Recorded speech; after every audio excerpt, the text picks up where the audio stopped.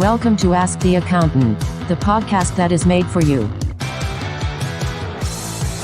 Weekly podcast live Mondays from 8:30 a.m., released on the podcast service of your choice on Wednesdays.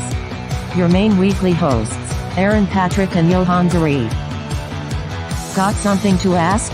Submit your questions below or ask during the show. Podcast loading. We are currently getting everything set up behind the scenes, so sit back, relax, and we will be with you in a few seconds. Enjoy. Good morning, ladies and gentlemen, and welcome to episode 14 of Ask the Accountant on 23rd of January. We are coming live to you at 8:30 on Monday morning onto all your favourite social media platforms, and we will be on your favourite podcast platform on Wednesday. My name is Aaron Goree, and I am the Group Managing Director of On Point Accounting. Aaron is joining me as my co-host, as always. Good morning, Aaron. How are you? Good morning. 8 days, 15 hours, 27 minutes, and let me get it on a nice round number, 12 seconds to go until we have the tax return deadline done and dusted. Hey, you're going on holiday? Yeah. Not that I'm counting every second and trying to get it sorted, but yeah, it's. I think a lot of accountants out there in the same boat, aren't they? So if you are, then yeah, we feel for you. Yeah, it's been a tough one this year, I think.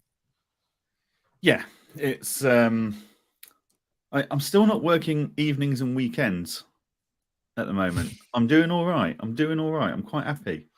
And the team have still got their weekends and evenings.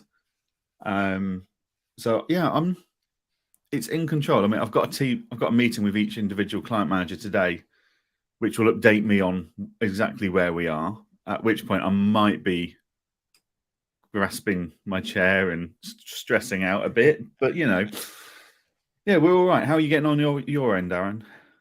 Yeah, I mean, Bofix-wise, we're absolutely fine, to be honest. No overtime like yourself, so that's good to see. The team are prepared to do a bit of overtime this week, I think, if they need to. Me personally, I worked every hour pretty much this last week, so it's taken its toll. But that's my fault. We'll talk about it. There's issues that I've done with my personal practice that I should have addressed a long time ago. And there's also certain software out there that's causing me grief. And yeah, we'll leave it at that for now. Yes, we will come on to those topics later. You know what I've done, which really upset me? I need to fix it today. Is on Client Engager, you can have your own metrics. And I've got how many tax returns we're meant to be filing and how many we've done. And I keep going, tick, that's another one. Tick, that's another one.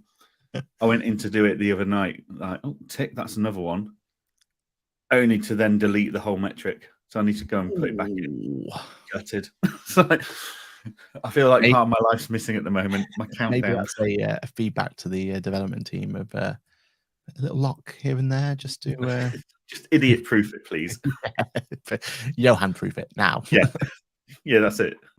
But yeah, so yeah, no, we're getting there. And I'm seeing the usual bombardment of questions and stresses on social media. I don't know about yourself, Aaron, but yeah, I don't think it's any worse than normal. And there's no one said, oh, we're expecting a delay to the filing this year, like we have had for the last 2 years, where they've extended it by a month. And I don't think there's any justifiable reason for them to extend it this time. No. So yeah, if it's not done by Tuesday next week, then it's not done by Tuesday next week. But yeah, although I do have a mini rant to be had around the tax deadline. Go for it. If you're an accounting software provider in the UK, I think I can see where this is going. Yeah, go for it. Would you think it's not right to ask for an accountant to have a meeting, even a virtual one, on the 31st of January? That's what I had in my a meeting request came into my diary last week for the 31st of January at 10 a.m. I'm just sat there going, do you even know what industry you're serving? Do you know what? Now, I'm not going to name the software, but come on. This is ridiculous. Wouldn't it be lovely to be a vendor though during this time? You know, you must have the time. It must be off season for you. You know, you can just put a load of development time in. You know, you're not going to get any meetings with your accounting firms. It must be lovely. You see, you say that client engager, we're booked back to back for demo calls all month this month. You've got people like, we'll come on to it, but you got people like myself who are thinking to themselves, you know what?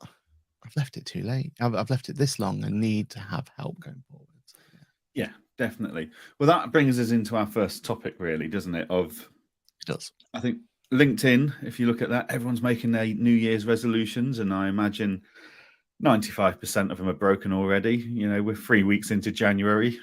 I'm sure most of the gym goers and runners and stuff have already stopped. But I don't know about you, but like this weekend in particular, I've spent a bit of time while sat watching the telly, just mulling over some of our processes and systems and softwares and thinking, how can I better implement things ready for the next January tax rush? How can I reduce the pressure there, even though we're doing okay? You know, I still think there's plenty of scope for us to be even more proactive without pissing off our clients at the same time.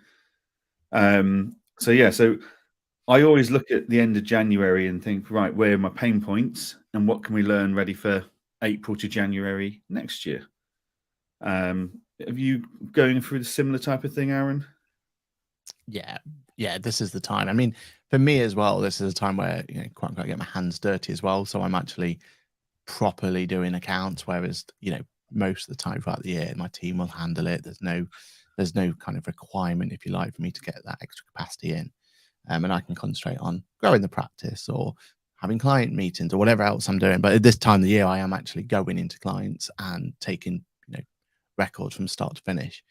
And that is always just an opportunity to open your eyes as well of where you can do things better, what you've done a little bit wrong, or where you may have dropped the ball with your training to your team or whatever it's going to be. And that's exactly what this whole period's been for me. Taking some accounts from start to finish, seeing some, you know, some places where we could be more efficient, some places where we could probably train our team a little bit better in how to use particular software. And that's always been a really good point. But I think this year, more than anything, what I've learned and what I've seen is all those wonderful efficiencies that I've got and are built in Bofix. Well, for me personally, I don't just have Bofix, I also have my own private practice as well. And I've just completely neglected it this year. This year has been so much more busy in terms of me personally doing things like this podcast and videos and going to more events and trying to, you know, do that whole build our network and everything else that comes with it, that I've just neglected actually those simple solutions and everything else that come with it. And I think that to me has been what I've kind of learned more than anything this year, is that, you know, it doesn't matter how big or how small. And I think was it on Ask the We Have Cool Friends, was it Chris that says the first thing you should do is get yourself some practice management software? I remember sitting there nodding to him going, yeah, that's a great idea, but didn't listen to it myself. So yeah, this is a year where we've kind of learned even more, you know, more than anything, that, you know, you need to have those good practices in place from day one. So yeah, I'm in reflection mode at the moment and kicking myself for not have done it sooner, to be honest. Yeah, no, it's and that's, I think, as long as you recognize the time to reflect on it and make changes ready for the year ahead, that's the key. Like, we've got processes and systems in place that actually the team that aren't necessarily following as well as perhaps they should. Exactly. Now that could be a lapse of their thought process. It could be a lapse of our training. We need to address it ready for the year ahead. You know, because we've now got 2 months to recharge, look at it again, and get ready to go again for April 2023. Really. So yeah, now is a good time to reflect and just have that notepad to one side and just scribble down pain points or thoughts as they come to your head. Literally, as a, you know, like last week, it's like, oh, it'd be so much easier if we did this. Yeah. And I just scribble that down, and I won't action it now, but I will mull it over, and I'll come to it in next month and start putting that into place and going back to those notes. Because if you just think, oh, I'll deal with that, you know, I'll think about that again in February or March, you won't remember. So just noting it down and just having a series of notes that you and your team can then review, and encourage your team to do the same things. Get them to write down notes of where their pain points were and can we solve this? Can we solve that? Because then when we go to conferences and stuff, we can look for solutions. Yeah, in our firm, we have a ticketing system for all our communications. And on that ticketing system, we can put it urgent, however, what the priority is going to be. And we have a long-term project as part of that ticketing system. And it's always one of those things where you're going to do it in February, or you push it to February. One thing that I must say that like the most biggest pain point could be, or the biggest issue people can have, is you have this list for February. February comes and you just get straight back into the work, and you don't look at those things. And this year, I know I've already booked the time out. Like there is certain pain points that as we're growing, as we're getting bigger, that we need to address. And if we don't address them now, then we're going to cause ourselves issues later down the line. And I think not giving yourself that time, not booking that time out to take you away from the practice and deal with those long-term ones is going to be a big issue for you. So yeah, I highly recommend it. And I think everyone you speak to, if you look again at LinkedIn, you look to everything else, we're all going through that growth stage at the moment, which is great to see. The industry is starting, people on social media anyway are starting to see some good growth. So I think everyone needs to reflect and take that opportunity, 1st of Feb, 2nd of Feb, whatever date you're going to put to one side, and got to go through that list and put a plan in place for the rest of the year and stick to it, because that's the only way you're going to get some traction, aren't you, going forward? Yeah, definitely. Right, so now we've got our note to be reflective and take notes. Let's see who's in the comments. So we've got Paul. Welcome back, Paul. It's always good to see you on a Monday morning listening in. Paul's still waiting on 50-odd clients to bring his records in. Lovely. That's what you want to see. And he also said he saw a comment, an article saying HMRC have got 5.7 million tax returns outstanding in January. Now, give me a minute. What's that? 1, 2, 3. How many zeros are in a million? So, just a thought here. 5.7 million tax returns still waiting to come in January. That's potentially 5.7 million customers for accounting firms that could be filing last-minute tax returns. Yet, we've got all these accounting firms that have shut their doors back in December to new tax returns. Yep. If we assume a very low fee of 150 quid of a tax return, that's 855 million pounds worth of revenue sat on the table that firms that close their doors in December are closing their doors to, a slice of. Yeah. That could be the difference between able to afford Iris or not, isn't it? Well, it could, yeah. We'll come on to Iris in a moment. But yes. It's 5.7 million. That's incredible. And it'll be interesting to know where that sits compared to previous years. Yeah. I'm one of those that would love to see that figure at the same point in time for the last 10 years, because I'd ignore the last 2 years, maybe 3 years because of COVID, and then look further back and see, have we learned or are we getting worse? Where's the behavior going? We've also got Ashley Leeds in the chat this morning on LinkedIn. Good morning to Johann and Aaron. He said, getting a PM solution is not as easy as it sounds, though, is it? Who would you choose? Well, personally, I'd choose Client Engager, but that's because I've got a very heavy time and investment in that software. But there's some fantastic client softwares out there. It's just finding one that works for you and your firm and the way you work. A lot of practice management softwares seem to think it's appropriate for you to have to change your whole firm's working processes to suit their software, and I'd completely disagree with that. You want something that complements your software, your processes, and can be adapted slightly. You can adapt your firm slightly to modernize it in places if required. It's whether you see what they're doing as best practice or not. You also said 5.7 million. Really? How much money do they owe the government? Probably a lot. There's probably a lot of money sat there. There is, but I think a lot of those 5.7 million are going to be people who have just got a tax return to complete for the sake of it. I mean, they're PAYE only, and it's going to be a nil. You mostly find that the people who left it to the last minute is because they don't have a tax bill, so they're not worried about it. So Yeah. you kind of, I'd imagine a lot of that. If I think back to what tax returns we've got to complete, I'll be surprised if, I could count on the hand how many will have actually a significant tax bill to worry about, that are literally just burying their head in the sand. So fingers crossed, hopefully.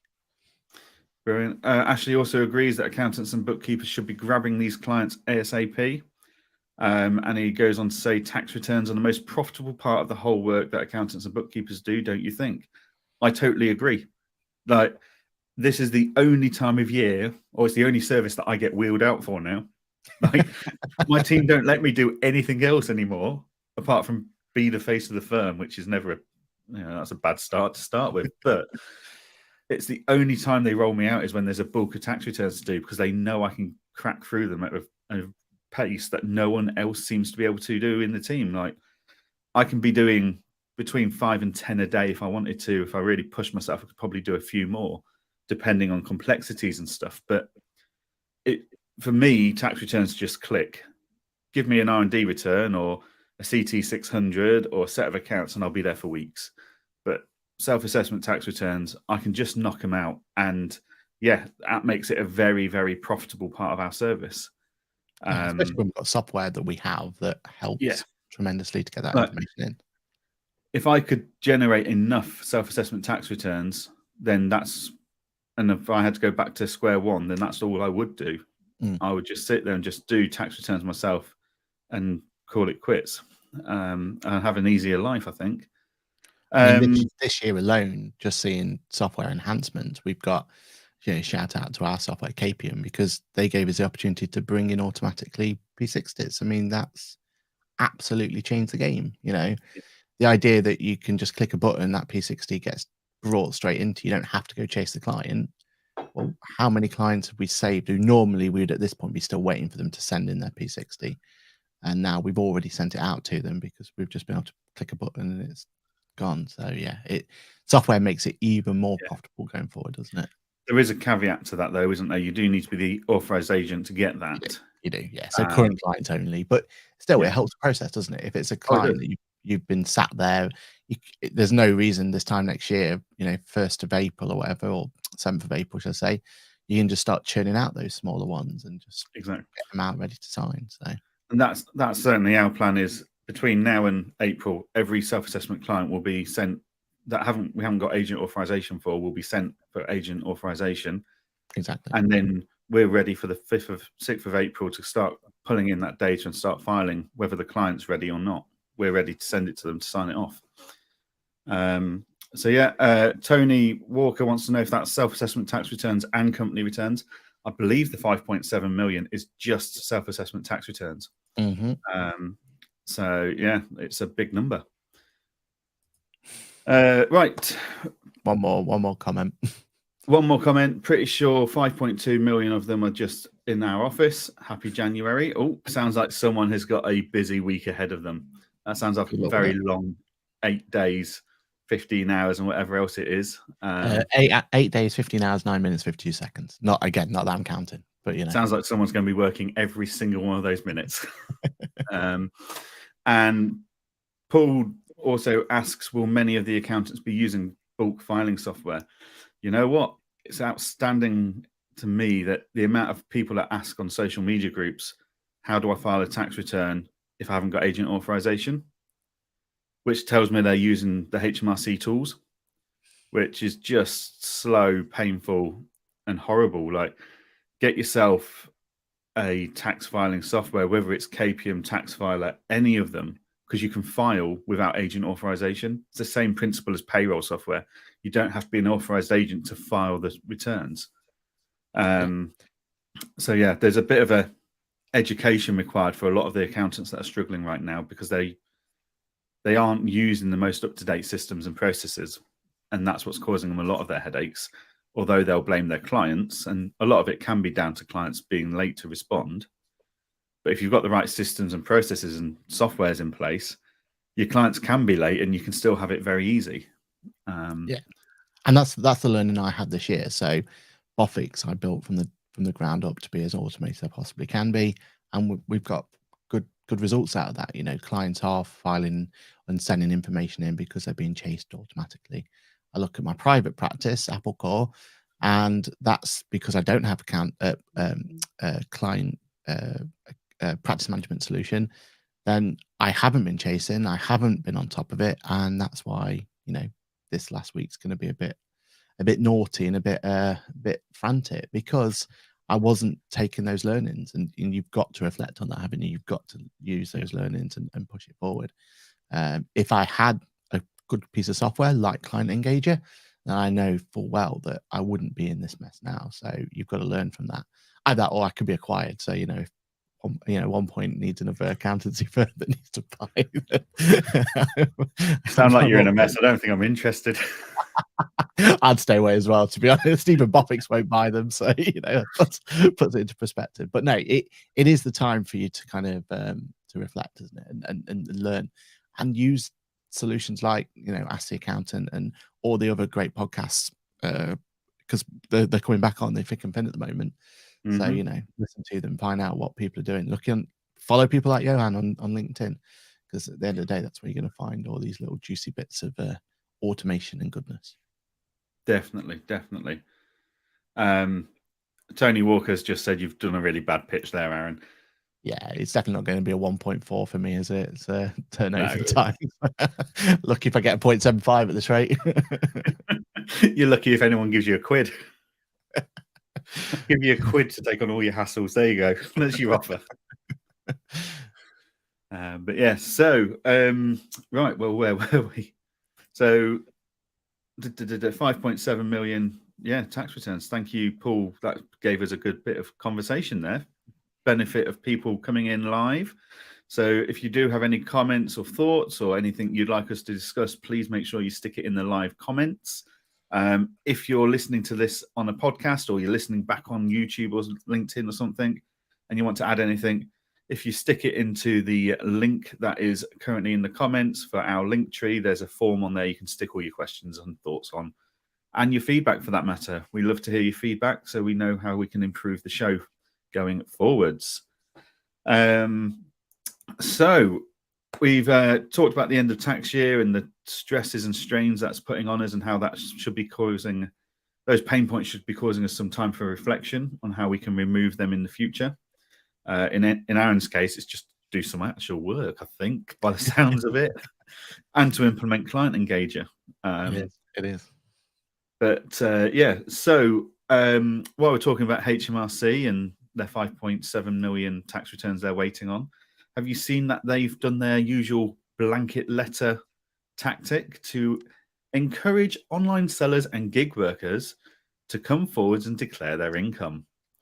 So HMRC do this fairly frequently. They target an industry they feel is probably under declaring or ignoring the requirement to declare at all in a lot of cases. And they send out letters to anyone they think is in this space, encouraging them to remember that they should be registered for self-assessment and they should be declaring their incomes and expenses. Mainly because HMRC think they're missing out on tax revenue, which we wouldn't want them to do, would we? So I think when I was reading this article on Accounting Web by Rebecca Cave, it kind of brought back my thought, a lot of memories of when HMRC collared Airbnb for VAT, I believe it was in the end. And as part of the deal struck with Airbnb, Airbnb agreed to hand over their customer list, basically every single person that was renting property out from Airbnb and the incomes that their system had generated for them. And they've done the same with Uber recently. They've agreed a discount on the tax bill in return for Uber's customer list of drivers and a list of their incomes, so that HMRC could target those people that have got the higher incomes and make sure that they are declaring those incomes appropriately. So these tactics are not unheard of by HMRC, and it does help them generate quite a good return on investment, doesn't it? So yeah, What are your thoughts on this article and the letter that was sent out, Aaron? Yeah, like you said, we have it every year. It's interesting, isn't it? So HMRC seem to have two different tactics. Either let's do a deal with these big tech companies and let's try and find a solution that's going to be beneficial, or the other tactic is they just go, right, okay, if you don't comply and you don't do it, then you're going to be liable for that person's tax. So great example like is eBay, Amazon, those online reselling platforms. And what they basically have said that if you have a user of your solution who has already hit either personal tax or VAT thresholds, then at that point, if they're not declaring, then you will be jointly liable as well. So the fear factor comes in, and then they build solutions into their systems that automatically ask for things like UTR numbers and VAT numbers and things like that, so that they can be compliant. And it's interesting to see HMRC's two completely different stances. They're either going to work with these people and do this deal, or they're going to threaten them and they're going to do it that way around. I've got a bit of a hot take on this one though. I've got a bit of a solution for them that maybe HMRC could implement. Imagine a world where the tax wasn't just on pen and paper but was digital. They could call it something like, I don't know, making tax quite digital, something like that. Something that could work on this one. If they were to have a more digital tax system, then wouldn't that encourage more people to be putting their tax returns in? Wouldn't that give us an opportunity to make sure that we're not missing out on revenue that needs to be there? I mean, it's just a thought, but what do you think? A solution like, I mean, they could even shorten it to something, MTQD or something like that, something around those lines. They could. That would be quite revolutionary, wouldn't it? A digital tax system. Yeah. Although I do fear for the Royal Mail. If HMRC stopped sending out letters, the Royal Mail would be bust overnight. It's over, isn't it? Yeah. There'll be mass redundancies. If HMRC stops sending out letters, and shredding companies as well, they'll be out of business as well. So it's the usual annual tactic of scare tactics by HMRC. Excuse me. Wow, Johann goes and sorts out the dog situation. Paul's dealt with 4 property landlord campaigns just before Christmas and getting lots of calls about the new tax conditionality check for taxi and scrap metal licenses. So yeah, their timing's perfect for HMRC. I suppose 31st of January is their big point, isn't it? That they're trying to use that as the tactic. But as accountants, it's it'd be nice not to be inundated with these calls at this point in time. Yeah. Sorry about that. The dog wanted out of the door, so that's it. Dog gets out the door, otherwise causes havoc. I mean, this is always there. They'll do a hard push in the first 2 weeks of January to make sure people are doing things. I would argue by sending letters, they're actually going to not get those letters until 3rd or 4th week of January. So they're going to miss the deadline anyway. Because I think an average turnaround time for a letter with HMRC via the Royal Mail is about 2 weeks at the moment. But hey ho, the HMRC have come under quite a lot of pressure recently, haven't they? They've had to admit that their COVID fraud task force was a complete and utter waste of time and money, just adding to the waste of money from the fraud itself. So I think they're just trying to be seen as proactively hunting down those tax evasive people that don't want to pay tax. Whether it's working or not is a very different matter. But hey ho. So yeah. Any other final thoughts on that one, Aaron? No, I think, scaremongering and, working with these tech companies in the best possible way. But again, I do think that one of the pluses that we had about making tax digital and one of the benefits it was going to bring was it was this sort of idea, wasn't it? It was going to make people more compliant and make sure people were completing it. And we've got to get to that point where it becomes second nature for these people just to complete their tax returns and not have to think about it and not have to worry about it. And the amount of times that we even have now where people are just starting out in business and they're still trying to figure out the rules and it's so complicated for them at the beginning. Making tax digital did simplify that, didn't it? Because it was a very case of, well, you need a bit of software, you need to submit every quarter. off to the races sort of idea. So yeah, it's another kind of, for me, it's another point why we need to keep pushing for this making tax digital world, and hopefully then once we've gone through the pain barrier and everyone's kind of gone through that, then we're going to see some benefits of, fingers crossed, not as much of this sort of ambiguity that we have at the moment, which is exactly. I mean, I do wonder if the UK system's perhaps the culprit for a lot of this. So the wife and I fantasize about moving to Mauritius, and I've been watching some videos and doing some research on that concept recently, as you do. But in Mauritius, like in America, everyone does a tax return, regardless of whether you're self-employed, employed, etc. You do a tax return. I kind of do feel that that blanket approach does make it a lot simpler, because there's none of this, do I need to file a tax return? Don't I need to file a tax return? When do I cross the threshold for it? When don't I? Exactly. I do this, so does that, like, there's no of that ambiguity whatsoever. It is everyone files a tax return, get on with it. So yeah, I do feel that that blanket approach that some countries have could be more beneficial to us as a nation. Not necessarily, it would help accountants out a lot. I'm sure we'd get a lot of business out of it, but overall, as a nation, it would save a lot of the confusion and complexity of do I, don't I, and then letters coming through saying you should have, and pleading ignorance because you didn't realise and you didn't know. Because we don't teach this at schools, do we? We're too busy learning algorithms and geometry and stuff that no one ever uses outside of GCSEs. But hey ho, that's a whole different rant. Parallelogram has been so useful to me in my career that I don't know. Of course, it was a worthwhile to sit down and listen to. So yeah. The only circumference I've been working out is the one on my gut. Keeps increasing. Can't work it out. Yeah. Well, speaking of different rants, Aaron, I'm going to pass over the mic to you, because I believe you've had a bit of a challenging week. And it shouldn't have been challenging, and the reasons it's been challenging shouldn't really exist in today's world. So over to you, sir.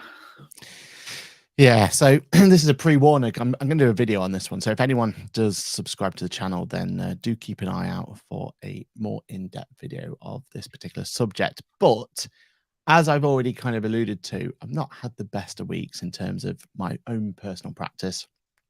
Bofix itself is, again, working nicely. We're pretty much on top of it. My personal practice is causing me a few issues, but that's down to me and my, mismanagement, if you like, of not using something like Client Engager. But also, to add insult to injury, this year is a friend of mine's practice is going through some turmoil, some problems, completely not their fault. And I've offered the opportunity to help them because, it's where I first started my accountancy career back in the day. And, jumping in and helping another practice has been a right eye opener. I've seen certain bits that, as kind of using the whole reflection aspect of it and everything else that comes with it. And basically, from my point of view, I was given the opportunity to help them, so I jumped on. Now, in their kind of fairness to them, they are still, they're not old school practice, but they are definitely not a fully modernized practice. But they're kind of that they're trying to bridge that gap between you're completely old school to your more modernized automated digital solution. And they're going through a bit of transition themselves, so it was never going to be an easy as just how it would be for me if I was to bring on a new person for Bofix. Within half an hour, they'll have all the software they need. They just need one email address and they're off to the races. This one was a week worth of onboarding, having to get certain software, having to put this thing in. It was, it wasn't a straightforward one. And again, that's not really down just to them. They know there's some issues there that they can sort out. But the software they're using for preparing their accounts production software, accounts production, made me feel like I was actually in the TARDIS. I felt like I was not in a good way, but I was Doctor Who and going through a time machine. Because 10 years ago, I was at this practice learning my how to be an accountant, and I was using Iris. And at the time, Iris software was the absolute pinnacle software you could have. And And I remember when I first started my practice, one of the first things I did was I looked at, using Iris as well. Unfortunately, couldn't afford it at the time. It was, way too expensive for what my practice needed. But I always had this goal that at some point I was going to move back to Iris at some point, because they were the gold standard. They were, accounts production as it should be. But after this week's dealing, that's definitely not going to happen anytime soon. So Iris itself, unfortunately, seems to be in a bit of a time warp, and it hasn't changed much since I last used it, which I suppose is a good thing in one aspect, because that means I can kind of pick up the work and carry on and get things done. But also it just feels like such a shame and frustration that software hasn't improved. But the biggest frustration I had out of all of it was actually seeing functionality taken away. So I want to say 5-6 years ago, I did a webinar podcast series for QuickBooks, and we explored different apps on the App Store. And one of the apps that I actually did spending some time with was Iris itself and their connection between QuickBooks and accounts production. So the idea was that you went through and you were able to import your TB directly into Iris itself, saving a lot of time. And it's something we take for granted using KPM and Tax Filer and all the other solutions we've been using. And Iris jumped on the bandwagon and put it there.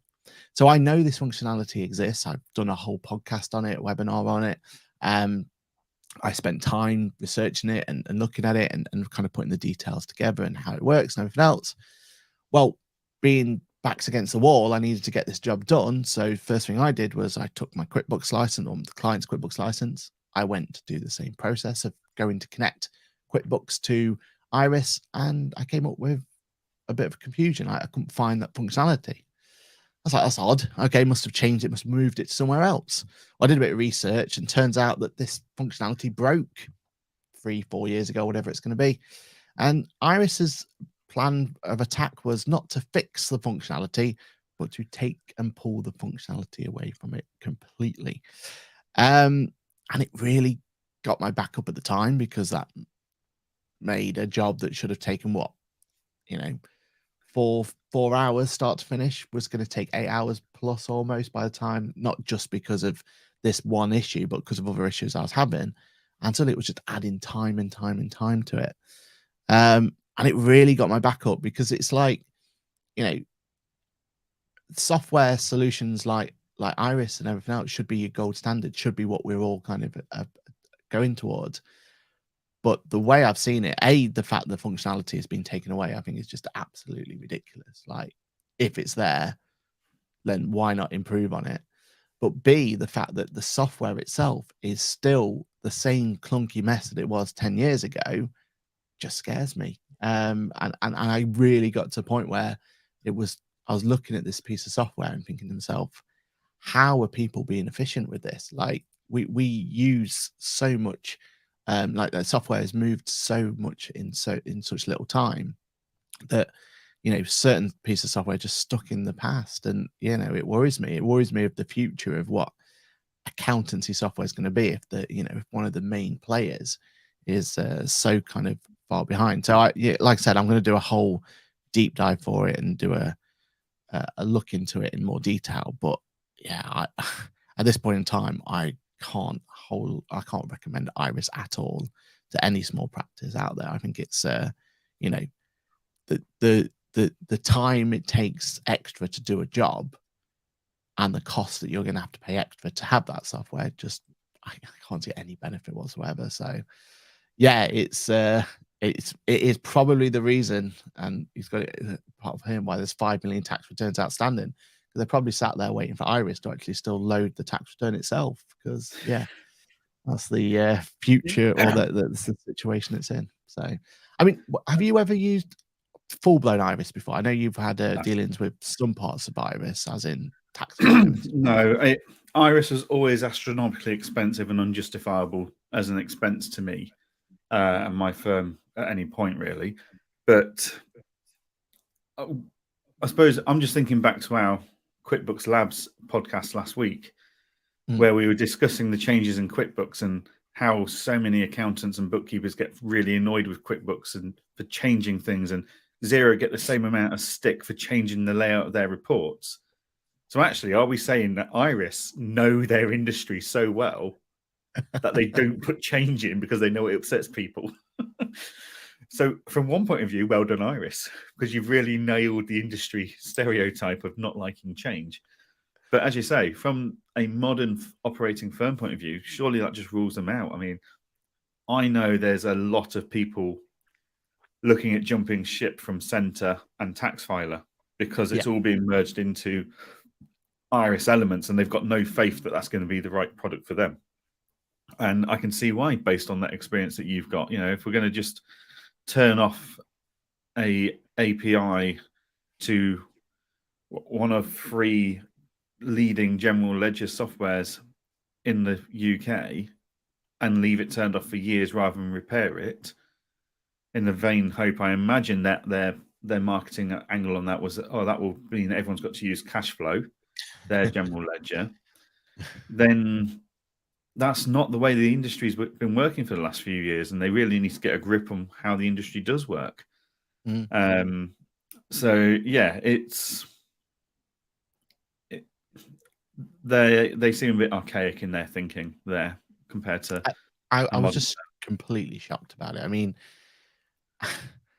just for the fact that the software hadn't changed, and it's still that clunky interface where I can't even have open a separate account while trying to post some journals, something as simple as that. You know, I can't just click a button and just see what my updates were. You know, how dare I want to see what my journals that I've just posted are going to update without having to sit there waiting for it to process and bring through it.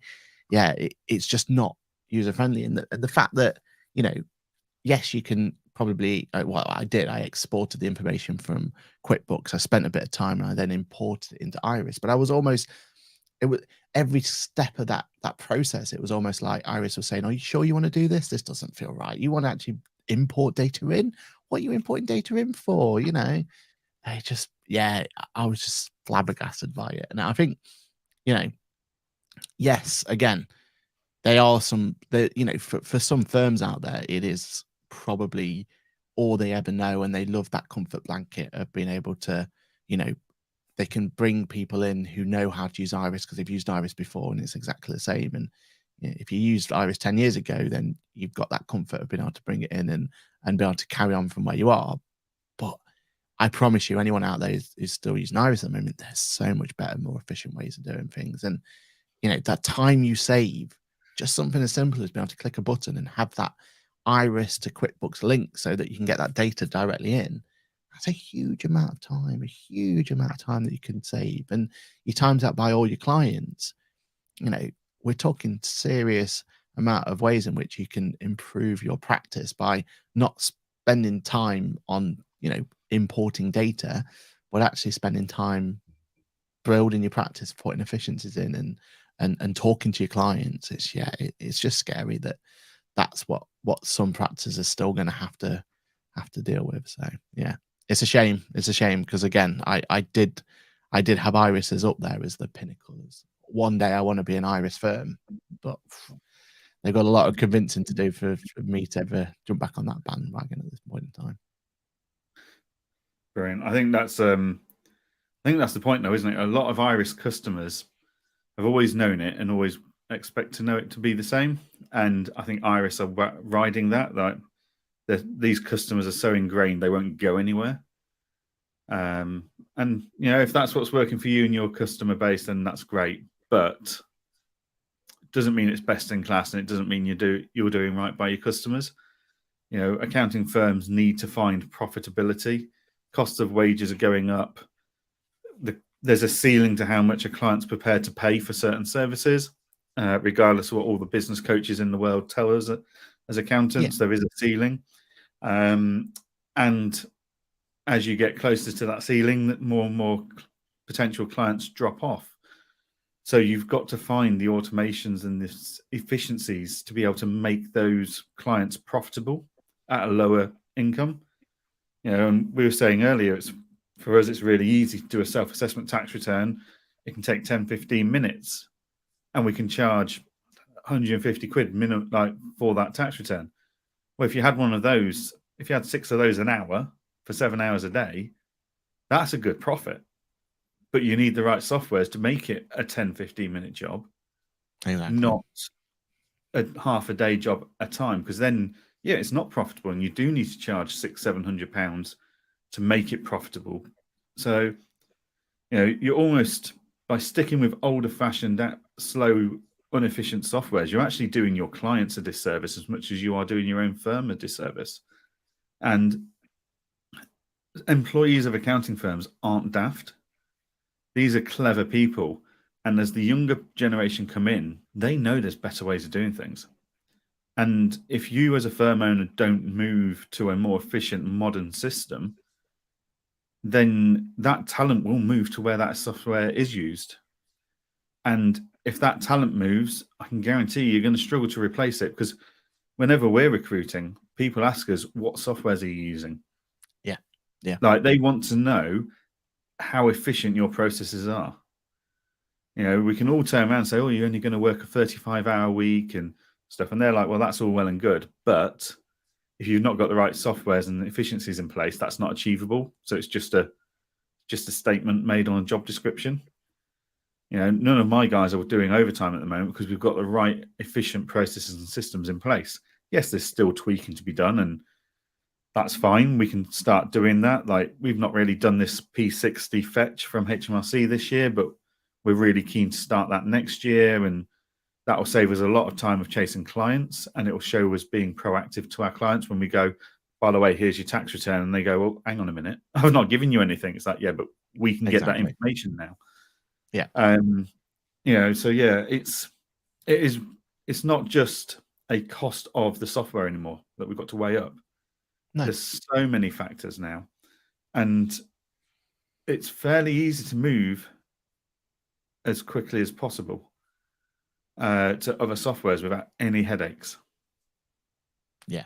And I think, in defense of Iris, there are certain clients out there that, they need that level of complexity. So there are, your bigger clients, you couldn't do it on certain software that we're talking about.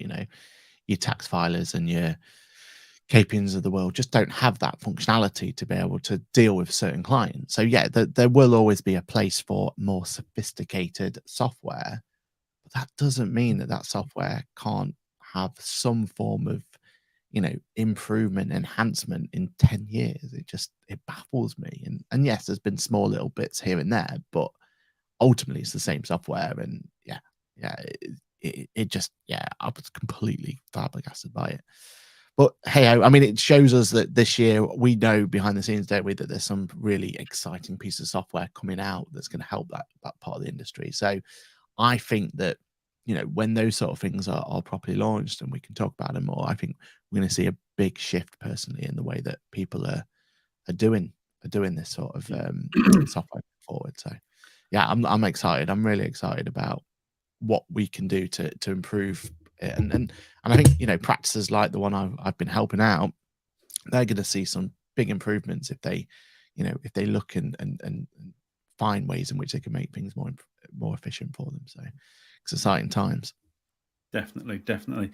Right. After that rant, let's have a look at the comments. So we've got Wainwright's Accountants. Morning, Andy. Fetch isn't normally available until June, earliest of June. I think they're trying to speed that up. So the reason Fetch is normally not available is because P60s don't legally have to be issued until the end of May. But I think as the EFS reports are going in to confirm the final report for the year, HMRC are trying to get that out. But it will be more trial and error of, is this client's P60 available, and just keep testing until it is. But yes, by the start of June, everyone's in theory should be available there. Yeah, I think this year it's been a bit hit and miss as well as who actually has it available, hasn't it? Yeah. Not 100% found out why, but we find like 80% of the time it's there, and it's available to use. Yes, we've already said about having that 64.8 in place and everything else, but for some reason, 20% of the time, it's not there. And even sometimes it's actual P60s we've done ourselves internally, so we know it's been submitted. We can prove it's there, but for whatever reason, it's not working. So it's not perfect. But I think it's good for a start, isn't it? And it is so much more efficiency is so much more efficient just to be able to click a button and that information appears going forward. Brilliant. And Andy also says a shout out to TaxCalc, who they've been using. Now, TaxCalc is a good solution for a medium-sized firm. It irritates me that they say they're cloud-based when they're not. They've just got a link to a server. That's not cloud-based. A cloud-based solution, in my eyes, is something that I can access through a web browser, full stop. Don't need to download softwares, etc. But yes, TaxCalc is a very powerful bit of kit. And if you're happy to have softwares on your computers and stuff, then TaxCalc is definitely worth looking at. They've got some really impressive features, and they're very good at things like, if you make any adjustments in TaxCalc, you can journal it through an API back to QuickBooks or Xero or Sage and stuff. So that's really helpful. One question in from YouTube: are there any good, cheapest alternatives to Iris for new startup firm? I mean, where do we start? So Capium is a very good solution. Xero have got their own accounts and tax filing software if their features suit the clients that you're using them for. QuickBooks announced theirs back in October to go live in March with their Books to Tax or Pro Tax solution, whatever they're calling it now. So overall, TaxCalc is probably a cheaper solution than Iris. So yes, there's definitely some really good options out there, and it's down to just researching it and looking around and asking people in Facebook forums and stuff.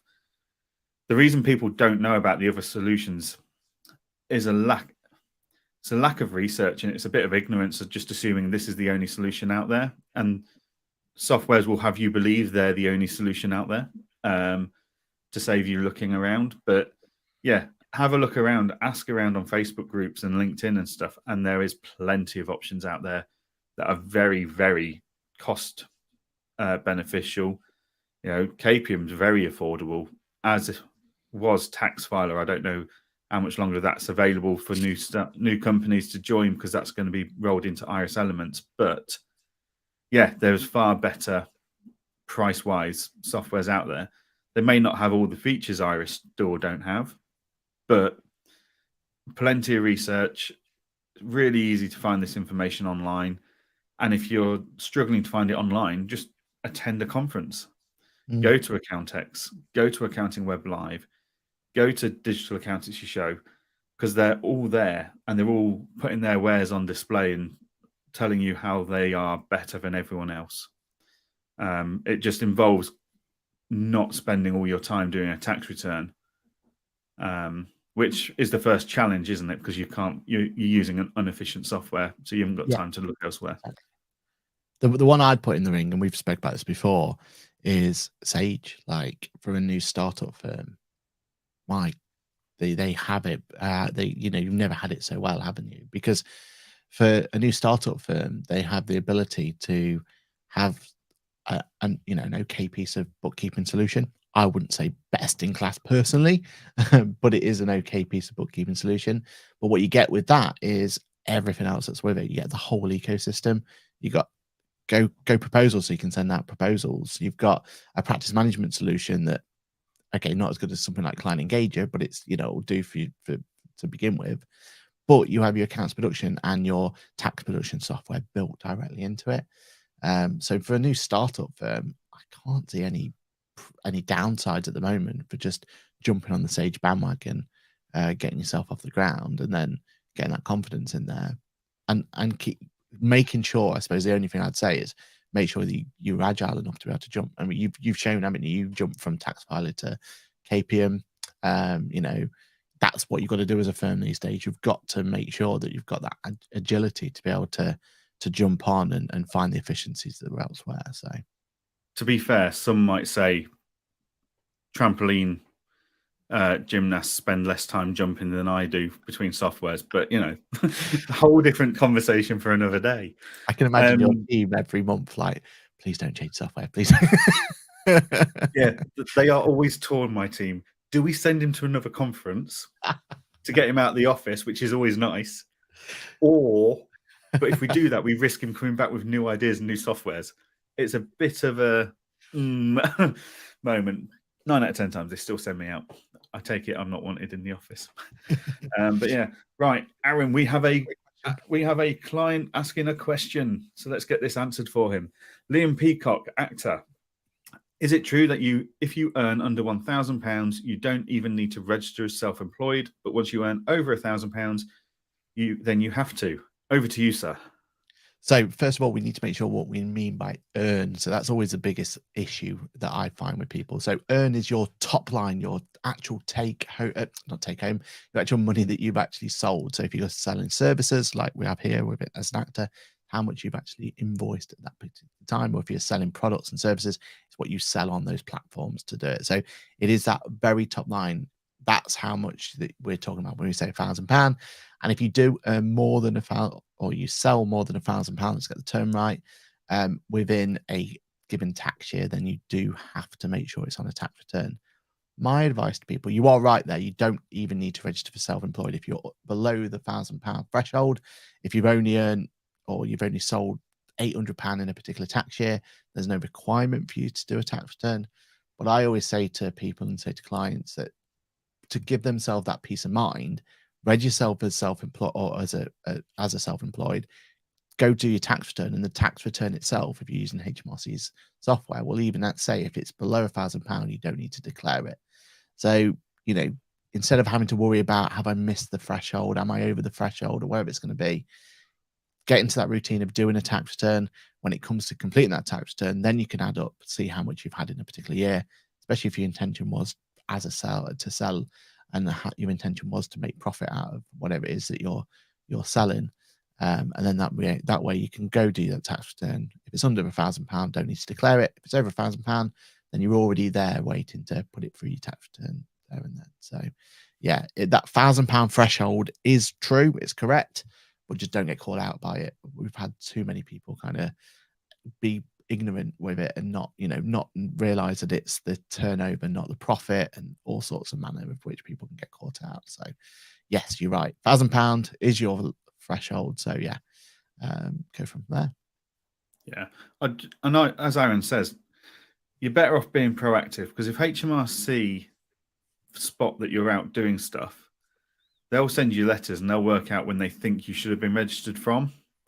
And then you have to go through, you get the stressing anxiety of getting that letter, and then you've got to go through the whole rigmarole of telling them, well, this was my income, so I didn't have to register, and they'll want proof, etc.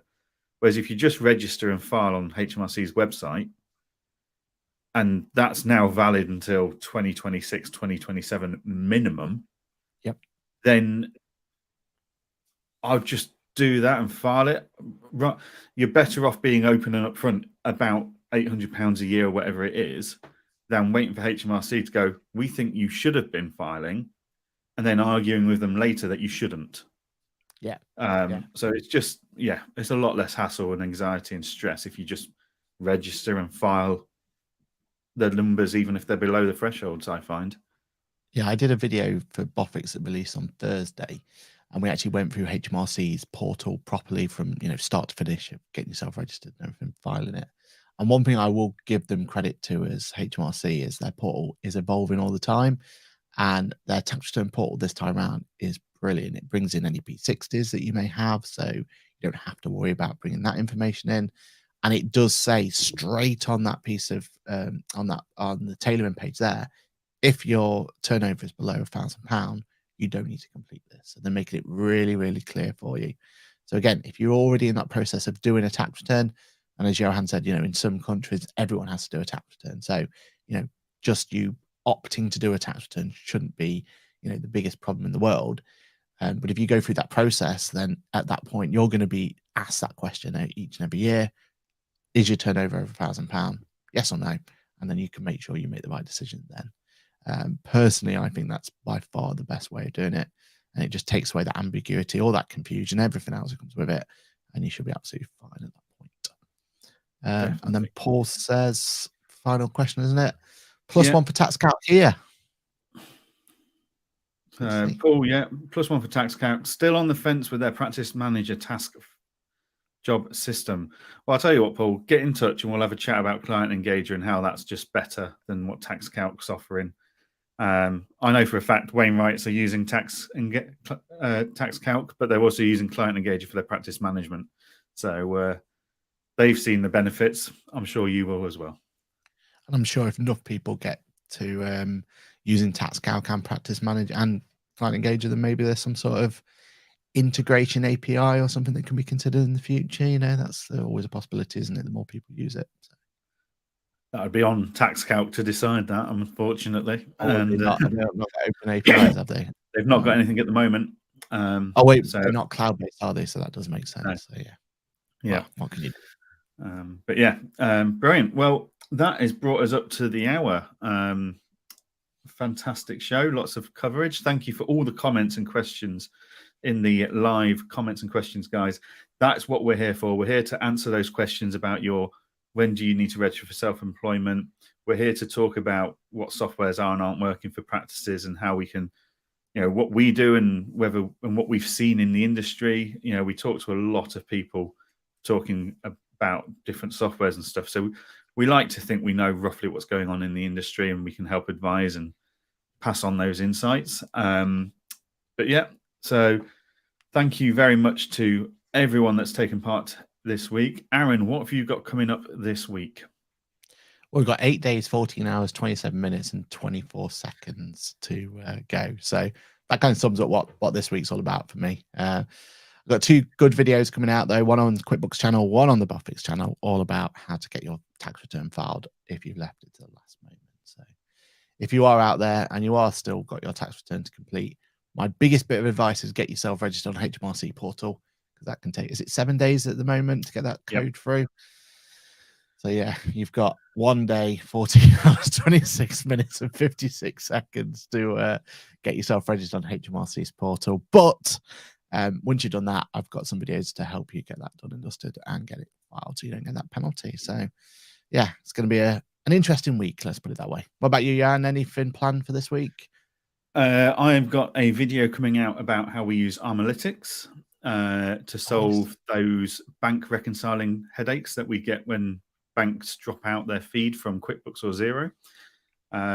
So yeah, that video is coming out, and for the rest of the week, it's just client meetings and discussions and phone calls and nagging the team until we've got all the tax returns filed, basically. But yeah, so thank you very much for everyone that's tuned in. A fantastic show, really enjoyed that, and we will look forward to seeing you all again next week. So that's everything from us. So thank you and goodbye. Cheers, everyone. 8 days, 14 hours, 25 minutes and 50 seconds to go. It's like the talking clock.